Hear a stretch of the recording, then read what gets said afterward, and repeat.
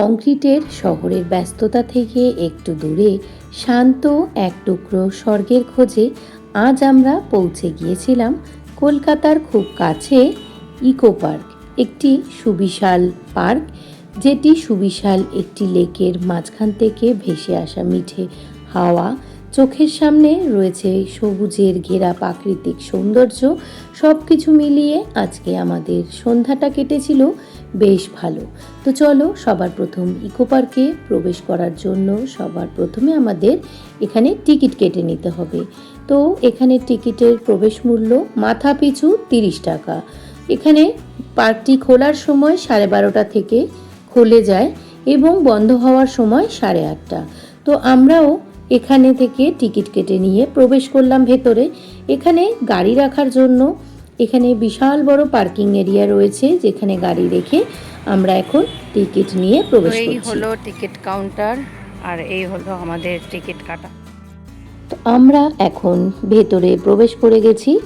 Eco পার্কের এই বিশাল সবুজ মাঠ এই পার্কের বিশেষ প্রাণকেন্দ্র। বিশেষ করে শহরের এই ব্যস্ততম কোলাহল থেকে এখানে যখন এসে এই প্রাণখোলা হাওয়াটা পাওয়া যায়, সবুজ গাছে ঘেরা চারিদিকের প্রাকৃতিক সৌন্দর্য পাওয়া যায়, বেশ ভালো লাগে। তো এখানে রয়েছে অজস্র গাছ, গাছের ভেতর দিয়ে অনেক রাস্তা, তার মধ্যে দিয়েই যাওয়া, বাচ্চাদের টাইম কাটানো, সময় কাটানো খুব ভালো একটা জায়গা।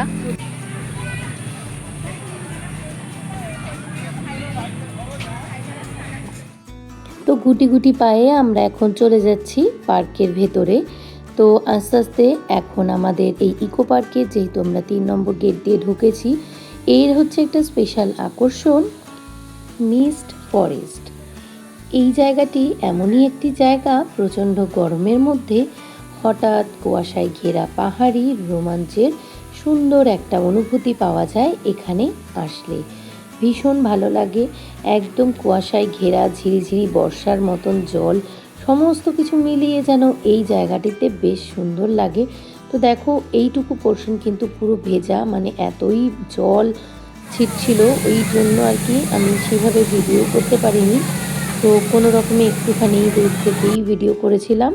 আর এখানে রয়েছে বাচ্চাদের মনোরঞ্জন করার জন্য বেশ কিছু খেলার জায়গা, আর রয়েছে এই গাড়ি যেটা বুক করে পুরো পার্কটিকে ঘুরে দেখা যায়। তো আমাদের যেহেতু এই ইকো পার্কটা পুরো অনেকবারই ঘোরা, সেই কারণে আমরা বেশ কিছুটা সময় কাটাতে গিয়েছিলাম এই ইকো পার্কে। তেমন কিছু রাইড চড়ার বা তেমন কিছু রাইড নেওয়ার সেরকম কোনো রকম ইচ্ছে ছিল না। সুন্দর একটা বিকেল কাটানোর জন্যই তোমরাও কিন্তু যেতে পারো এইরকম একটি জায়গায়। এখন নিয়ে নিয়েছি কফি। কফিটা ভালো বানিয়েছে, ভালো বানিয়েছে কফিটা। গরম হলেও কফি খেতে বেশ ভালোই লাগে।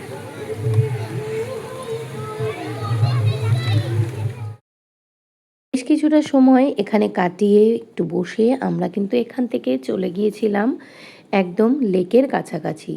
যতদূর জানি যে এখানে লাইট অ্যান্ড সাউন্ডের একটি বিশেষ ব্যবস্থা রয়েছে, কিন্তু এখানে যেই লেজার শো বা চলছিল যেটা, সেটা মোটামুটি খুব একটা যে স্পেশাল কিছু তেমন নয়। আমি অনেক বছর আগে যেটা দেখেছিলাম সেটা অনেকটাই ভালো লেগেছিল, কিন্তু এখন কিন্তু সেই জিনিসটা আমি খুঁজে পেলাম না। সেখানে একটু হতাশাগ্রস্ত হয়ে গিয়েছিলাম।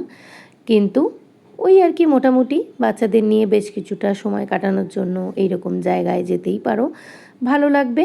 আর সুন্দর একটি বিকেলকে দারুণভাবে এনজয় করার জন্য বেশ ভালো জায়গা।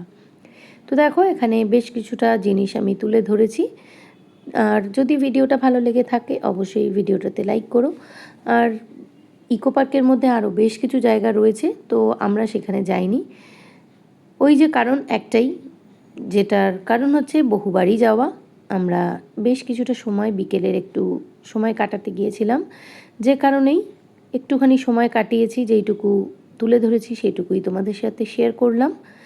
তো সকলে ভালো থেকো, সুস্থ থেকো। আবারও আসবো পরবর্তীতে নতুন কোনো ভিডিওর সাথে। ততক্ষণ পর্যন্ত সকলে ভালো থেকো। চলো, আজকের মতো টাটা।